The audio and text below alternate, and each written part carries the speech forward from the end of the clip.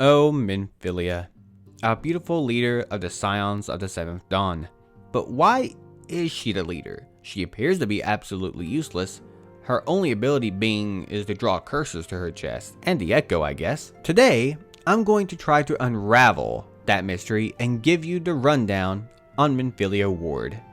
There will be very light spoilers ahead, but we will be mainly focusing on her time in 1.0, as her role in later expansions is not something to go over too much, as you'll be playing them. Let's get the meme out of the way. Minfillia Warde, actually born Asilia, is a Highlander here. She looks like a Midlander, and even her 1.0 model wears the female Midlander camus. The mark of her clan is, well, her large booba. Yes, Midlander busts don't get that large. Even her outfits you can buy on the mod station changes the female body's bust to her size regardless of the race and bust size that your character has. Except Lalafels, of course. So yes, while fun to gawk at, it is still something worthy of note. So like I said, she was born Asilia to a man named Warburton, a Garlean spy who was secretly allied with the Alamegan resistance. In his journey to become the next James Bond, he stole a good amount of Imperial research on the primals and compiled his findings in a diary. He would later leave Alamigo with his daughter Asilia to deliver this to Udall. However, this choice would cost him dearly. He should have went with the pirates in the Limsa Lominsa. When they arrived to Udall, a parade was going on, as the people of Udall just party all the time, and a Gubu ended up escaping, causing mass chaos.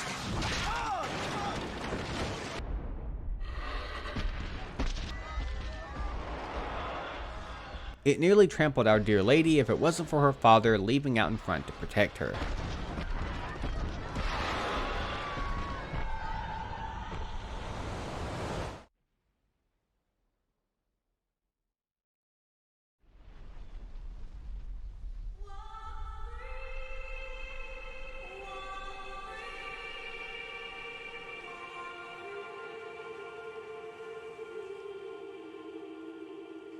This caused him to suffer fatal injuries, which he would not survive in the coming days. The first of many times someone would defend this poor woman and pay the price. And with this, the information he stole was never given. But this was more than just a little accident. The Gubu didn't just break out, but was more so let loose by a man named, and I'm gonna butcher this and later names, Nilferson Faldor. The parade is about to begin. Make ready, now.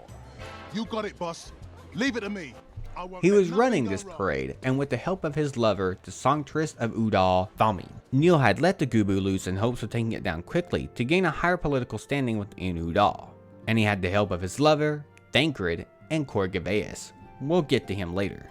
Of course, it all went awry when Thancred was distracting it, and it bound for our sweet little girl. Philmine was told about Warburton's death by Thancred, and felt guilty over the whole ordeal and ended up taking in Asilia, later becoming her adoptive mother and would raise her. Asilia would search for whoever was responsible for the Gubu's release, finding the man Corgaveus. This would not bring any solace to Asilia, and even our boy Neil would also be unsatisfied with it all.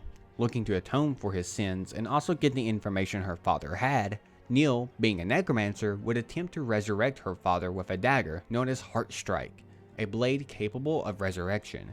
However, when he would go to attempt the deed, he would be stabbed in the back by a robed figure.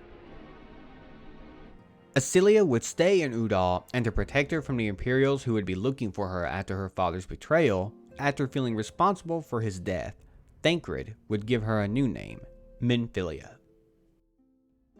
In her later life, and with her power of the Echo, Minfillia would be the acting antecedent of the Path of the 12, a group that supports and protects those who have been reported with a plot ability known as the Echo.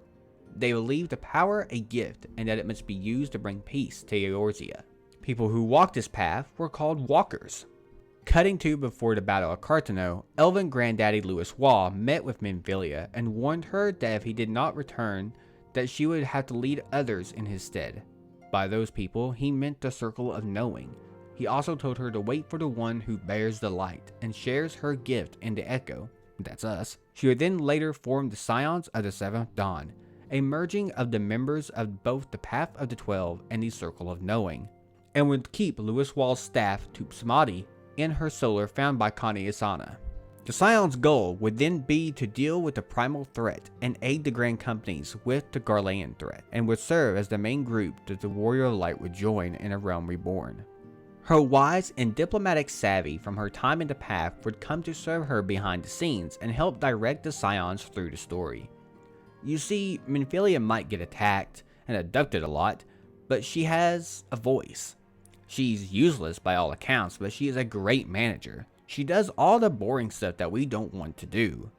She even wanted to forge an alliance with the Beast Tribes back in the day against the wishes of the most of the path, just so they could have more help fighting the Garleans. And in all that time, Thinker ever watched over her, and even her adopted mother would later join the Scions after being lost during the Calamity. And that, my friends, is the rundown on Minfillia Warde. I hope you'd like this little lore rundown on our favorite Antecedent. This being my first one, I might do more in the future. It's interesting going back and seeing where these characters come from. So with that, I'll see you in the next one. Bye bye, and thanks for watching.